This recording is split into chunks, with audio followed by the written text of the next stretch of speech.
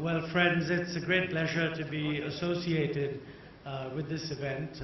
I do think that the decision to identify infrastructure as a critical area and also to honor companies that distinguish themselves in this area is extremely important. So I'm really glad that the organizers have chosen this subject. I don't actually know who's going to win the awards, but let me, in anticipation, congratulate all those that do.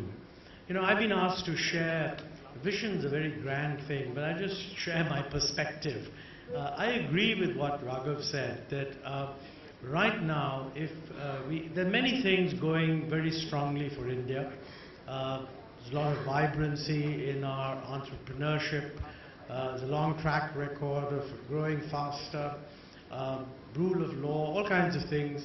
And I think what people look at, if you look at deficiencies, probably the state of infrastructure is the biggest constraint, in the sense that most people think that if we had a much better infrastructure, by which I really mean power and roads and ports and airports and so on, that essentially the economy would be able to grow much faster. Now, we in the Planning Commission are right now in the process of formulating or moving towards what we would call the approach to the 12th plan. The 12th plan will begin next year. So we are sort of working on the approach to the 12th plan. And you know, we're looking at different issues. What is a reasonable growth rate? In the 11th plan, we had targeted 9%. We probably deliver about 8.2.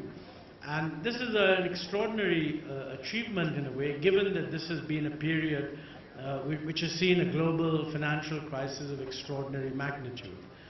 And you know, when you look ahead, given that we seem to have recovered from that, it's natural to ask, can we do better than, certainly better than our achievement of 8.2, can we do better than the target of 9? And this is not an issue on which we've made up our minds, but one thing is very clear. I think unless there is a very major change in the quality of infrastructure and the delivery of infrastructure services, it would not be possible to utilize India's full potential. And my guess is that India's full potential does justify a growth rate above 9%, maybe 9.5%, maybe at some stage even ending at around 10%. But that is only going to be possible if the story on infrastructure in the 12th plan becomes markedly better than in the 11th plan. Now, I want to emphasize that the story on infrastructure in the 11th plan is markedly better than in the 10th plan. So let there be no doubt on that score. In the base year of the 11th plan was the last year of the 10th plan, 2006-2007. And roughly, most people thought that the rate of investment as a percent of GDP in infrastructure was probably something of the order of 6+% in that year. Could be even a little below 6, could be a little above.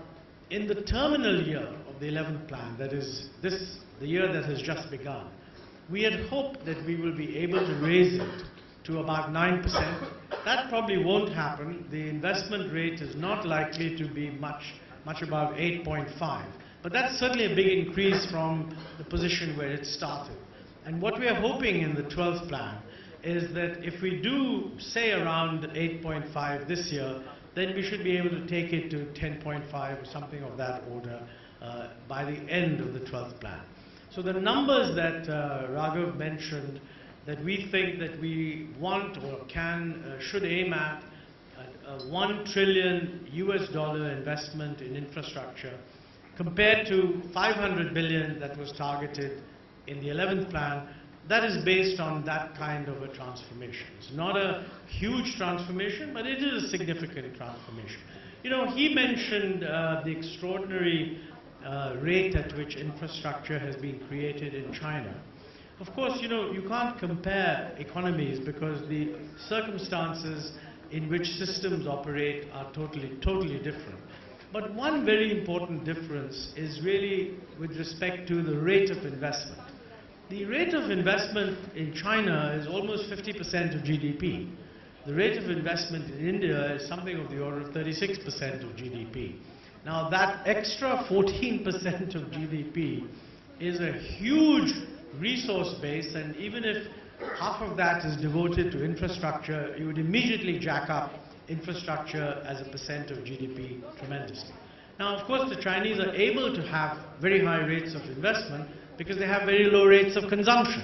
And they have very low rates of consumption because of the institutional differences between the two societies. As a matter of fact, one of the interesting things about the Chinese 12th five-year plan, which was just unveiled approximately about 2 or 3 weeks ago, is that they're consciously now aiming at a consumption-led growth. So what they've said is that the minimum wage in China will be increased by 13% every year. So it's a reflection of the fact that in the earlier stages, they were able to hold consumption down. That generated a lot of resources. Those resources went into investment. So Raghav said, can we not do the same thing? Well, the answer is we can't. And I don't have to say why we can't, but in some institutional systems, you can in fact hold wages and consumption down. In other institutional systems, you can't. But having said that, let me say that we don't need to have huge rates of investment in infrastructure. It's not a bad idea to grow infrastructure a little bit faster than you need it. It's not really necessary to grow it hugely faster than you need it. I think if we were to raise the level of infrastructure investment as a percent of GDP from about 8.5 to 10.5 in a 5-year period, I think we will have produced the kind of infrastructure that is necessary to support something like a 9% growth plus.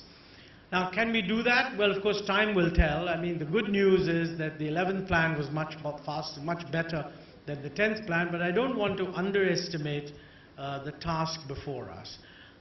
One of the very, very important things about the 12th plan period is that the government has huge demands upon it for the resources available. And if we want to have inclusive growth, and we must have inclusive growth, you cannot have an inclusive politics without having an inclusive economics. And therefore, the compulsion to do inclusive growth is not only moral, it's actually a political necessity. Well, if we are going to do inclusive growth, a lot of public sector money will have to be spent on, first of all, providing the infrastructure in those areas which can't be done by the private sector. And there are a lot of those areas: rural connectivity, the northeast, the more backward parts of the country, etc. And 2 or 3 other areas where government money has to go. One is obviously education. We're talking about getting up to 9–10% growth. That would actually require manufacturing growth above 12%. That would require tremendous availability of skilled resources, and therefore education and skill development, we've been lagging behind in that area, and I think we have to spend a lot of money there. The other one is health, and linked to health are issues of clean water, public health, sanitation, and so on. These are also areas where the increase in resources needed is very large. I mean, many people have pointed out that India spends roughly the same amount as a percentage of GDP as other developing countries do on health, something like 6% or so. The difference is that whereas in most countries, public expenditure, whether federal or provincial, is around half of that. In India, out of that 6%, that's a little less than 6%, public expenditure, central and states put together, was about 1%, and the rest was all private. So that is a total major distortion, and frankly, by the end of the 12th plan period, we should raise the investment that the governments of the states and the center make in health from something like 1.3% now. We were able to raise it from 1% to about 1.3, but we really need to take it to 2–2.5. So when you add the fact that in education, we need to increase the resources as a percent of GDP, in health, we need to increase the resources as a percent of GDP, and the whole backlog of connectivity with backward areas, rural infrastructure, etc., has to be done by the government. The big message is that we will need a hugely expanded public-private partnership effort if we want the kind of $1 trillion investment that we're talking about.